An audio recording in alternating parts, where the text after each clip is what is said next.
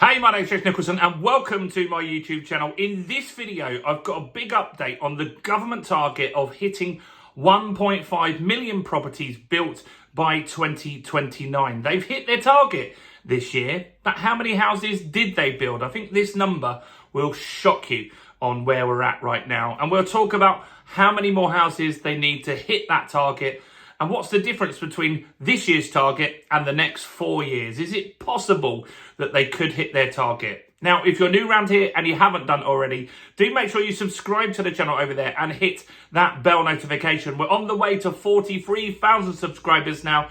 We got 900 people just in the last week or so that have subscribed. So thanks to everyone that has. And make sure we get some more views on this video. I think it's important to know what's going on in the market because this will impact house prices, rents, and much, much more. So smash like, tickle like, do something to the like button. That really, really helps with the YouTube algorithm and has helped the channel grow so far. So thanks to everyone that does that. So who are we listening to today? Well, we've got some data from Homes England. And this is the government agency tasked with building 1.5 million properties by 2029. Now, what impact would that have on properties around the UK? Well, there's a few things that we've got to look at and consider here. Firstly, house prices. So if we do build more properties, which we really need, we don't have enough properties. The population is growing at a very fast rate and we're just not building enough properties to keep up with that. So let's just say that we do. What would this do to house prices? Well, if we overbuild, and that happens in some areas in America where they overbuild, then prices can drop. So if you do build, and lots of these properties could be in one area, for example, let's just say they overbuilt in Guildford, that means house prices in that area could drop because there's only a certain amount of demand and a certain amount of people that need the property. But if we did hit the 1.5 million target, what's more likely to happen is that it would just slow house price growth and things would level out, particularly in the areas where these were built. What about rents? Well, this will be good news for rents because rents are going up at a crazy rate. I still think you're going to see quite a big increases in rents over the next few years because of the EPC stuff, because of the Renters' Rights Bill, because of all the new tax stuff that we've been talking about in the last week. And so I do think rents are going to go up. But if you get more properties into the market, that will slow down rental growth, which is good for renters and will improve affordability. It's basic supply and demand. The more properties you've got, especially the more rentals, then there will be a ceiling on what people are willing and able to pay for that property. What about social housing? Well, social housing, the waiting lists are insane. And so a big chunk of this would be social housing as well. That would be really good. And that would help. And if they could find some areas in London to build some of these properties, that would help because there are some areas in London where the social housing waiting lists are more than 30 years, which is insane. So we need to build in those areas if we can. Probably would be flats in London, and that will help alleviate some of the waiting times on the social housing thing. So all in all, building these properties would be a good and positive step. So the target is 1.5 million properties by 2029. And they have grown 6% this year. So let's see what they've put out this year, 24, 25, the last 12 months.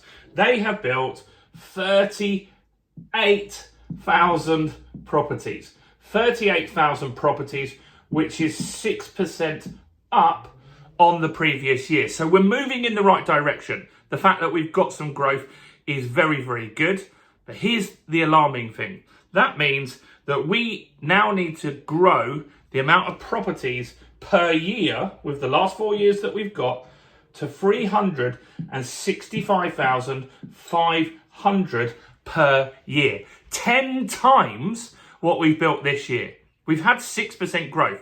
Now, 6% growth is admirable. That's good. And you've got to give them some respect for growing the amount of properties built.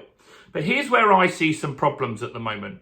One, you've got unpredictable interest rates at the moment. Look, I reply to all the comments on this channel, and some of you will be saying to me, one day you say interest rates are going up, the next day they're going down. And that's true. I have said that because interest rates were going down for a prolonged period of time. That improves affordability.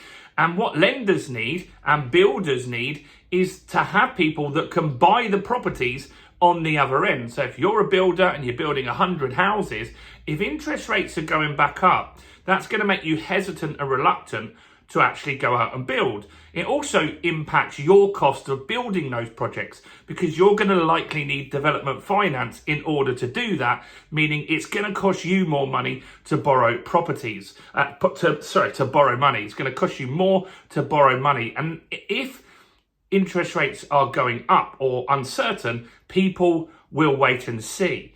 Now, here's the problem.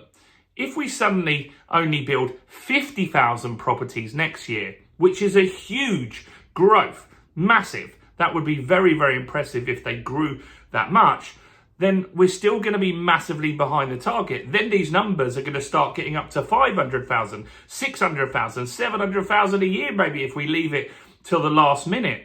That isn't sustainable.